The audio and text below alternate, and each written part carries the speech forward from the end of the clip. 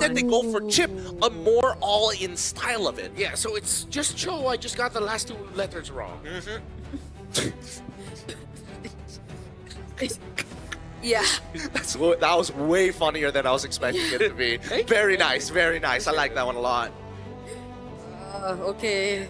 Well, at least there's not much sudden answers that Evil could throw out if ever they go for the shortcut plays. I mean, there's the Crimson Beacon and the Phantom Steed. But if they get to go in first with the right amount of damage, then that'll be okay. Especially if we don't know what Skylar is gonna pick yet. Yeah, I don't think he has any decent options at this point. I mean, Claw would have been really, really nice for him, but you know, you get what you get. The Cho, as expected, gonna get locked in, called by Renmar himself. Their final pick, though, is going to be into the carry. So they waited all the way to the very end just to give it. I'm pretty sure that Skylar... Times continue. Whoa! What? I am the constant. So it is an Esmeralda gold, or Yep. it's an Arlo. No, it's an Esmeralda gold. It has to be. I don't know. I think it's kind of risky here right now. I think that Onyx main win condition, if we're looking at the way we're heading on into the Land of Dawn, knowing this could be the final time we see Evil, we need to look for weaknesses. Wait, Gear takes Aegis? Oh! Why? Why would he take Aegis? We're against an Esmeralda. There's even an Esmeralda on the other side. You didn't flick, you didn't purify, you go for Aegis. Like, even Sprint makes a lot of sense. Yeah. Oh. A lot of questions for Evil in the early stages of the game, but at least they're doing decent in me. They're not losing lane. that for start is already doing better than game number 1. Yeah, and it's also Master Assassin. Cool. What? Master Assassin, Aegis, this What is he going for? a unique approach. Okay. But in the center, look at your boy. Maybe this is the Singaporean, you know, MLBB surprise. Wait, I'm thinking about this because Gear has a natural advantage against Ludwig at level 1 and level 2. So taking Master Assassin to really put him at odds, he can do stuff like this, where he can take like one auto, one tower shot, and then as long as he gets Max Sack Ionic Edge onto Lupi, he guarantees a winning trade. So I think right now, it's to make sure that Lupi doesn't get as far as head as he did in game number 1 on that Yuzong, knowing that he's out to make plays. Okay. At least Sans doesn't really show up. This is so cruel. Yeah, they're holding the minions. Sans wasn't able to get it, or he was. He was able to get 1 or 2 out of that. I mean, credit to Gear.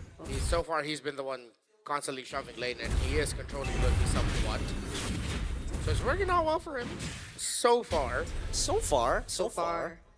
Now Gear making sure that Ludwig is really like deep underneath his turret, right? If anybody tries to make a move, at least he knows that Evil's got his back. Evil is slightly ahead of Onic in terms of the Skylar goes in with a falling Star Moon here. He's just trying to zone out so many members. Real world manipulation though committed, and 2 members immediately get deleted. That's the final slash committed by Ludwig and the flicker just to get away. Kiboy lands the stun on 3, and Onic are still here, but it's Aether who gets the turtle away.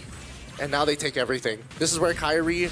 oh wait, actually Ludwig is a little too low. Same goes for Kiboy. They don't have enough HP to kind of maintain this, especially against Gear. But hey, you know, Aegis, wow, you saw that Aegis go off. Wow, it protected him from so much damage, but he still died. That's crazy. It's like it's not a good spell.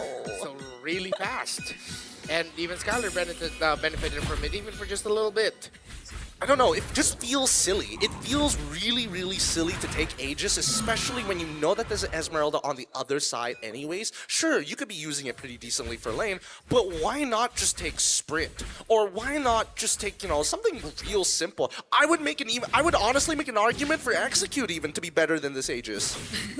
Because he's the guy who can chase and just finish off kills if he wanted to. Exactly. Don't play for Peel. Oh, and now Gear looks to be the target. There's a shortcut Oh, that's gonna be 2 committed seconds. on him. And immediately after that, they're going to resume and return to their individual lanes. Skylar gets the sense that there might be something up top Oh though. my god. So he will not try to defend any further. We'll just have to sacrifice the energy shield. Nice. I thought maybe Boy had his ult ready to go, but he used it down on the bottom side, which is why it kind of snowballed in this particular manner. This is a good response from Evil. Yeah, they went map to map. They get their carry out of lane. Now they can instantly play S5, play 4 Ven. Was able to maximize the energy shield. They really don't have to worry about the Esmeralda too much, even though it already has 2 kills. Has enchanted Talisman. They have their first item on their carry, and then they can just build from this point. Hopefully with rotating together, they don't forget that there are still gold cards that they can give to that carry for just a little bit more of a boost in the gold department. Yeah, beat him up, Gear. Beat him up ever so slowly. Punch him in his face. Riveting EXP gameplay. Wow, look at him go. Let's watch this. Okay. Wow. That actually hurt. I mean, he does. He genuinely can like dive him underneath the turret, knowing that Lupi just used his final slash. But now that wait, he missed out on 1 minute. You know what? Never mind. He doesn't need it. He's just gonna proxy the next wave, right? Ooh. Boy's just holding this. What is he doing? What is he doing? Are you proxying the wave? I want pick one. Decision Gear. Did not cut it. Now he will make it to the turtle, goes to the mid. But then there is minion wave pushing down bot. Your face. I am losing it. I gotta do play-by-play. Hold on. Now that's Way of the Dragon, which doesn't connect. Evil will freely get this objective once again, but Keyboy and the other members of Onic are actually gonna go for it. Gear is down, and not even the Aegis keeps him alive. Oh. Okay. All right. Despite all of that, the biggest loser in this is still Gear. He lost an entire wave, nearly lost his tier 1, joined the fight, used his Aegis, still died. It's just, it is not going well for Gear at this point, and Onic ID are taking full advantage that he doesn't have a Purify. The kick from Powerful off angle, but that ended up being a turtle for Evil and another kill maybe. Oh, Aether gets Barbiel. They're chasing after Skylar. That's 4 members onto him, and he cannot survive. Meanwhile, in the mid lane, Gear will not die for the 4th time. Yep. Yet. Not yet. Not until he has his Aegis, of course. Classic. The classics. But Skylar honestly got pretty close to actually escaping that. Had he just charged his Falling Star move just a little bit longer, I think he would have made it over the wall before Sayla was able to get his max stacks of Butterfly to lift him up. Still a very close game. It's Keyboy is being managed relatively well. Yeah. The gold lead has not ballooned to an insane amount. Evil has gotten the first 2 turtles. Fen still hasn't died yet. They got him out of lane quicker. They maximized the energy shielding up top with the carry. By all means, Evil can suddenly turn this around if Onic slip up. The thing is, it's a little bit more conditional of Onic actually messing up instead of Evil taking the charge here. But they do have the tools. Yeah. There is still a gap favoring the Yi Sun-Shin over the Leomord, though. The good thing is Leomord's that hero. He can just clean up. So how do you get to the point where the members of Onic are low enough for Leomord to clean up? Now that's the question. Yeah, I think a lot of it just has to come down to Powerful and Ven making the initial attack, killing the target that gets Way of the Dragon, and then having to deal with the RWM later. Because Aether, no matter what, has to come in from like either a flank angle or needs to just peel for his backline. Yeah. One or the other. He can't do both, unfortunately, but that's kind of up to Onic, because this is a really good case study of Evil playing the reactive draft and defensive draft, while Onic are the ones who are forced to make more plays. Yeah, it's Powerful and Ven who have to work together for now, especially if they find the right targets. But at this point, Onic ID, they're just showing themselves up, and it doesn't feel like they care.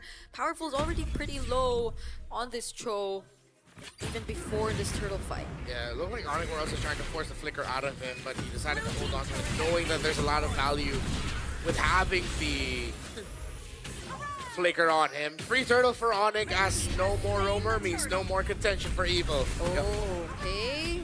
Again, I don't want to keep...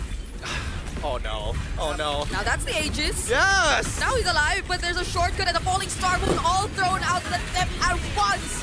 The final /2 catching multiple members. They trade out gear for Ludwig, an EXP for an EXP lane, but Evil at least defend the mid, but will also have to give up power. powerful. Okay, a 2-for-1 trade in favor of Onic. They now actually have a decent lead against Evil at this stage. Man, it's so sad. Even with the Aegis, could not sustain the raw damage being pumped out right now. And the fact that Aether is already 2 levels down on Kyrie, these neutral objectives are pretty much uncontestable. Well, Aether and Ven have not gone down yet. Even Sayla. The formation that Evil have been playing, it's sort of like a Singaporean ube, just stick it together, play for your carry. Yeah. It's worked out well for them. The Crimson Legion of Sayla has stopped Onic being overly aggressive. Another real world and final slash, bringing them right back into the real world manipulation. They get to finally take down that tier 1 in mid. Aether also using the Phantom Steed, but Onic are not gonna fight head on. What the heck, are we fighting or what?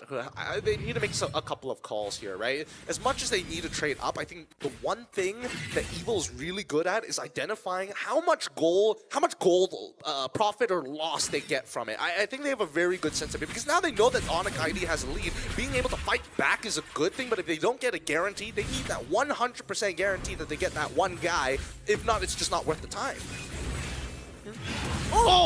Boot beat goes in, but it's like everyone gets to dodge it. Powerful doesn't find the way of the dragon to answer back. Still waiting for the flicker to get back on that show. Sayla, Ven, Aether holding on to your life every engagement. And slowly the lead of Onic ID is getting to a point where it's unmanageable for Evil. Yeah. Look at this. Look at this split that we got with Kyrie on the top side. He's got Keyboy already at a pretty good intersection, monitoring both the purple buff alongside with the Tribe Rush. Meaning anybody on this top side who starts moving past the tier 2s are going to be visible to Keyboy, allowing Onic ID to make the decision. This is why Kyrie, he's coming back. He thought he was going to recall. No, they start moving towards the mid lane and now they're attacking. Oh, the combo was not it. Keyboy now finds Ven in the backlines, and the perfect usage of the real world, and the final slash seems like it might be a wipeout for Evil. Aether finds a trade on Sans, but now Gear is next, and that's the 5th to go down as a wipeout indeed happens, courtesy of Onic ID. Wombo combo done beautifully by Onic ID. That flank from Keyboy with the conceal straight into the shortcut. Immaculate. Powerful decided to call it, but in the end, it ended up being a wonderful setup for Onic to get a massive win there. They get the Lord, they got the wipeout, and it now has gotten to an uncontrollable lead for Onic. Evil's time is ticking. Let's look at the instant replay. It just, everything fell perfectly. Even the falling star moon, everything aligned for Onic to pounce on that. Just look at Keyboy. He's targeting Ren this entire time, and even Lupi is conveniently on top of him, which is like the best case scenario. It's like you're looking behind to see where the killer is chasing you, and when you look forward, it's just a wall full of knives. It's just, no matter what, you will find death. Yeah, honestly, even the shortcut layered perfectly with the real world and keeping every single member of Evil in the range of the real world manipulation. So it's not like Keyboy's been using it aggressively all the time. It's like he's always also finding the time to use it in a manner that'll make sure they're able to maximize their other resources as well. Final Slash doesn't connect way of the dragon, just used to kick him away from the range. They still have the Lord. It's healthy in the mid lane, but they'll focus on taking down the other base turrets first. Here looking to be next, still has the Aegis though. Will he use it now? He does, but then he just needs one more hit before he goes down, but Onic ID don't care. All they want is the sweep, but Evil are still trying to defend, but